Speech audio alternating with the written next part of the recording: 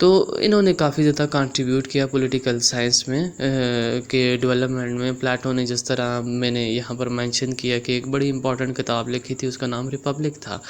Republic میں وہ ایک آئیڈیل اسٹیٹ کا کانسیپٹ دیتا ہے کہ ایک اسٹیٹ کو کیسا ہونا چاہیے. اسی میں وہ اس کا ایجوکیشن سسٹم بھی بتاتا ہے، اسی میں وہ ویمن کا رول وہ بتاتا ہے، یہ سارا کچھ وہ بتاتا ہے. پھر ایرسٹوٹل ہے، ایرسٹوٹل نے ایک فیمس کتاب لکھی پولیٹکس، وہ بڑی اس کی امپورٹنٹ بکس تھی. اس نے پولیٹکس کو ایک بڑے سسٹمیٹک وے سے لے کے چلا. ایرسٹوٹل وہ پہلا تھنکر تھا جس نے 158 اسٹیٹ کا آپس میں کمپیریزن کیا تھا، ان کے ڈفرینٹ پولیٹیکل سسٹم کا کمپیریزن کیا تھا. اسی لیے اس کو فادر آف کمپیریٹو پولیٹکس بھی ایرسٹوٹل کو کہا جاتا ہے.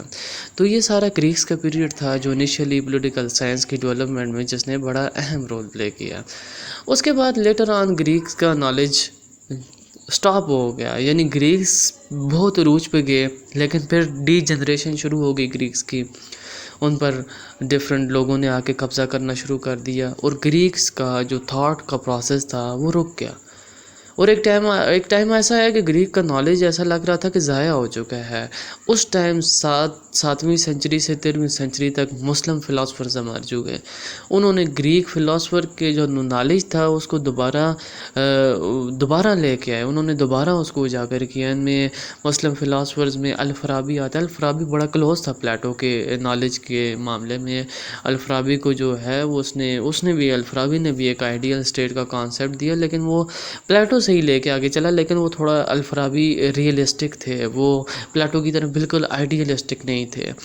پھر اسی طرح مختلف دوسرے فلاسفرز بھی تھے جن میں الماوردی، امام غزالی رحمۃ اللہ علیہ اور باقی اسی طرح مسلم فلاسفر تھے. 7 سینچری سے 13ویں سینچری تک انہوں نے بہت زیادہ پولیٹیکل سائنس میں اہم رول پلے کیا. ان کی مختلف جو ہے کتابیں وغیرہ انہوں نے لکھی جس سے گریکس کا نالج بھی دوبارہ ڈیولپ ہوا اور ان کی اپنی فلاسفی بھی کافی زیادہ ڈیولپ ہوئی. پھر ان کے بعد میکاویلی آ جاتا ہے 16ویں سینچری میں، 15ویں سینچری میں 1469 میں یہ پیدا ہوتا ہے میکاویلی بیسیکلی ایک آئی تھنک اٹالین تھا. تو اس ٹائم اٹلی میں رینوسینس کا پیریڈ چل رہا تھا. رینوسینس ایک ایسی تحریک کا نام ہے جس میں جو جس میں ایسا ہوا تھا کہ پہلے یہ سمجھا جاتا تھا کہ نالج جو ہے یہ ڈیوائن اوریجن ہے، یعنی خدا کی طرف سے کچھ ہی لوگوں کو دیا ہوا ہے اور وہی اس کو ایکسرسائز کرتے ہیں. اور پھر اسی طرح سے تھا کہ جو ریلیجن تھا وہ بہت زیادہ اس کا انفلوئنس تھا. تو رینوسینس ایک ایسی موومنٹ تھی جس میں ریلیجس موومنٹ بھی، اس کو ایجوکیشنلسٹ بھی کہتے ہیں، سائنٹیفک موومنٹ بھی کہتے ہیں. اس میں مختلف پیپرز پبلش ہوئے. ریلیجس بک کو سمپل لوکل لینگویجز میں ٹرانسلیٹ کیا گیا اور اس کو پھیلایا گیا تاکہ نارمل آدمی بھی یہ سمجھ سکے کہ بیسیکلی بائبل میں کیا لکھا ہوا ہے، تاکہ ہر ایک ایسا آدمی جس کو ریلیجن کے بارے میں اتنا نالج نہیں ہے، جو کہ اس کتاب کو نہیں پڑھ سکتا جو اس زبان میں لکھی ہے، وہ لوکل زبان میں پڑھ لیتا تھا. اس کا فائدہ رینوسینس کا یہ ہوا کہ وہ تحریک میں جو پاپ کا رول ہوتا تھا وہ بہت زیادہ تھا. پوپ کا وہ ایک ریلیجس ہیڈ تھا، وہ پوری اتھارٹی ایکسرسائز کر رہا تھا لوگوں کے اوپر. وہ ختم ہونا شروع ہو گئی کیونکہ لوگوں کے اندر شعور آنا شروع ہو گیا کہ ہمیں یہ چیزیں یہ تو غلط جو انٹرپریٹ کر کے بتا رہے ہیں اپنے فائدے کے لیے. تو میکاویلی جب پیدا ہوا تو رینیسانس کا پیریڈ شروع ہوا تھا، اور جو میکاویلی کا ہوم ٹاؤن تھا وہاں سے رینیسانس بیسیکلی سٹارٹ ہوئی تھی. تو اس پر بڑا اثر تھا. میکاویلی نے ایک بڑی امپورٹنٹ کنٹریبیوشن کیا تھا پولیٹیکل سائنس کے اندر. اس نے ایک پاور پالیٹکس کا کانسیپٹ لایا تھا. اس نے ایک بڑی امپورٹنٹ بک لکھی تھی جس کا نام دی پرنس تھا. دی پرنس بھٹو کے بارے میں یہ کہا جاتا ہے جو ذوالفقار علی بھٹو ہیں وہ اپنے سرانے کے نیچے رکھ کے اس کو سویا کرتے تھے، تکیہ کے نیچے رکھ کے سوتے تھے. اور اتنی مزے کی یہ بک ہے دی پرنس. اس میں بیسیکلی میکاویلی بتاتے ہیں کہ ایک رولر کو ڈفرینٹ کنڈیشن میں کس طرح سے ڈفرینٹلی رول کرنا چاہیے. اگر اس پہ ایسی سچویشن آ جائے کہ پڑوسی جو ہمسایہ ملک ہے، جو نیبر کنٹریز ہیں، اس کے خلاف کانسپریسی کر رہے ہو تو اس کنڈیشن میں اس کو کیا کرنا چاہیے اور لوگوں کے ساتھ اس کا رویہ کیسا ہونا چاہیے. تو وہ ڈفرینٹ ایڈوائزز کرتے ہیں پرنس کو کہ اس نے کیسے رول کرنے. فادر آف پاور پالیٹکس بھی کہا جاتا ہے کیونکہ وہ یہ کہتے ہیں کہ اسٹیٹ کا بیسیکلی پرپز پاور انہینسمنٹ ہوتا ہے کہ زیادہ سے زیادہ اس کے پاس پاور آتی جائے. تو میکاویلی کی اس بک نے بڑا اہم کنٹریبیوشن پلے کیا، اس کا کانسیپٹ آف پاور پالیٹکس نے بڑا اہم رول پلے کیا میکاویلی کی۔ تو پھر لیٹر آن اس طرح سے ہوتا ہے کہ 16 17 اور 18 سینچری میں سوشل کانٹریکٹ فلاسفرز آ جاتے ہیں۔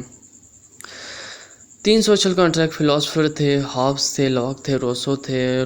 ان کو سوشل کانٹریکٹر اس لیے کہا جاتا ہے کیونکہ یہ آریجن آف اسٹیٹ کے بارے میں لکھتے ہیں کہ اسٹیٹ کس طرح سے وجود میں آئی۔ وہ یہ کہتے ہیں کہ اس طرح سے ہوا تھا کہ لوگ پہلے رہ رہے تھے اسٹیٹ آف نیچر کے اندر، جب اسٹیٹ نہیں بنی تھی تو وہ رہ رہے تھے اور آپس میں ان کا بڑا اچھے ہابس کہتے ہیں کہ ایک بڑی بری سچویشن تھی اسٹیٹ آف نیچر کے اندر، ہر ایک دوسرے سے لڑ رہا تھا اور پھر ہر ایک کی جان کا خطرہ تھا۔ تو اس خطرے کو ختم کرنے کے لیے لوگوں نے آپس میں ایک معاہدہ طے کر لیا اور اس کے تحت انہوں نے ایک ساورن بنا دیا جو ان کو پروٹیکٹ کرے گا، اور اس طرح اسٹیٹ کا وجود میں ہے۔ اسی طرح لاک اور روسو اپنا اپنا سوشل کانٹریکٹ بتاتے ہیں اور اپنی اپنی اسٹیٹ آف نیچر کے بارے میں کانسیپٹ دیتے ہیں۔ تو انہوں نے سوشل کانٹریکٹرز نے اسٹیٹ کے اوریجن کے بارے میں کافی امپورٹنٹ رول پلے کیا اور فردر پولیٹیکل سائنس کی تھیوریز کو ڈیولپ کیا۔ پھر اس کے بعد لیٹر آن 1920s یعنی 20th سینچری میں ایک اس سے پہلے 1920 سے پہلے ایک اپروچ چل رہی تھی پولیٹیکل سائنس کے اندر جس کو ٹریڈیشنل اپروچ کہتے ہیں۔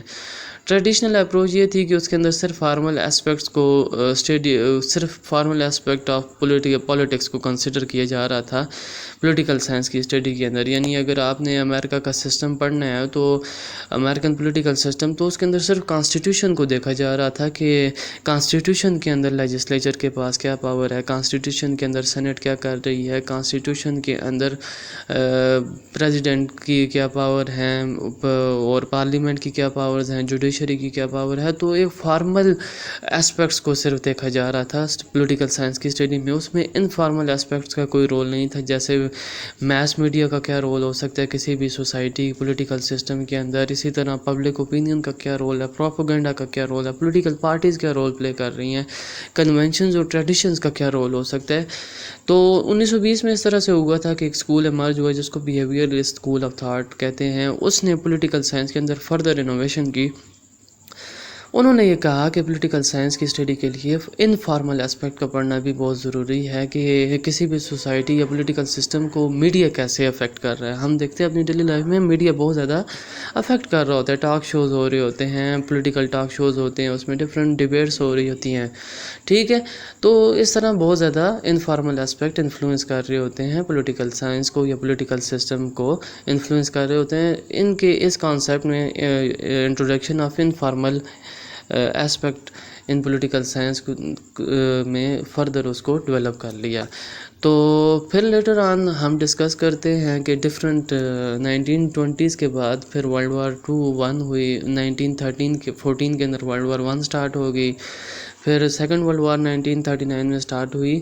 تو جب سیکنڈ ورلڈ وار اینڈ ہوتی ہے تو 2 میجر آئیڈیالوجیز ایمرج ہوتی ہیں، کیپٹلزم اور ایک کمیونزم ایمرج ہوتی ہے، اور ان 2 آئیڈیالوجیز کی رائیوری ہوتی ہیں۔ ان 2 آئیڈیالوجیز فردر پولیٹیکل سائنس کے اندر کنٹریبیوٹ کرتی ہیں کیونکہ کمیونزم جو ہے اپنی اوریجنل فارم میں ایمرج ہو کے آتا ہے رشیا میں۔ تو یہ 2 آئیڈیالوجیز چلتی رہتی ہیں اور 1991 تک جب سوویت یونین کا کولیپس ہو جاتا ہے، سوویت یونین جو ہے ختم ہو جاتی ہے اور ڈفرینٹ اسٹیٹس انڈیپینڈنٹ ہو جاتی ہیں، تو رائز آف پولیٹیکل آئیڈیالوجیز نے بھی کافی زیادہ اہم رول پلے کرتے ہیں پولیٹیکل سائنس کی ڈیولپمنٹ کے لیے۔ تو یہ تھی، میں نے آپ سے بریفلی ہم کہہ سکتے ہیں کہ ہم نے ڈسکس کیا ہے کہ پولیٹیکل سائنس کا بیک گراؤنڈ یا اس کا ہسٹوریکل ایوولوشن کیسے ہوا۔ آپ فردر بھی اس کے اوپر ڈیٹیل لکھ سکتے ہیں، میں نے آپ کو پیریڈز کا بتا دیا۔ تو انشاءاللہ نیکسٹ لیکچر میں ہم اس سے آگے ڈسکس کریں گے۔ تب تک کے لیے اللہ حافظ۔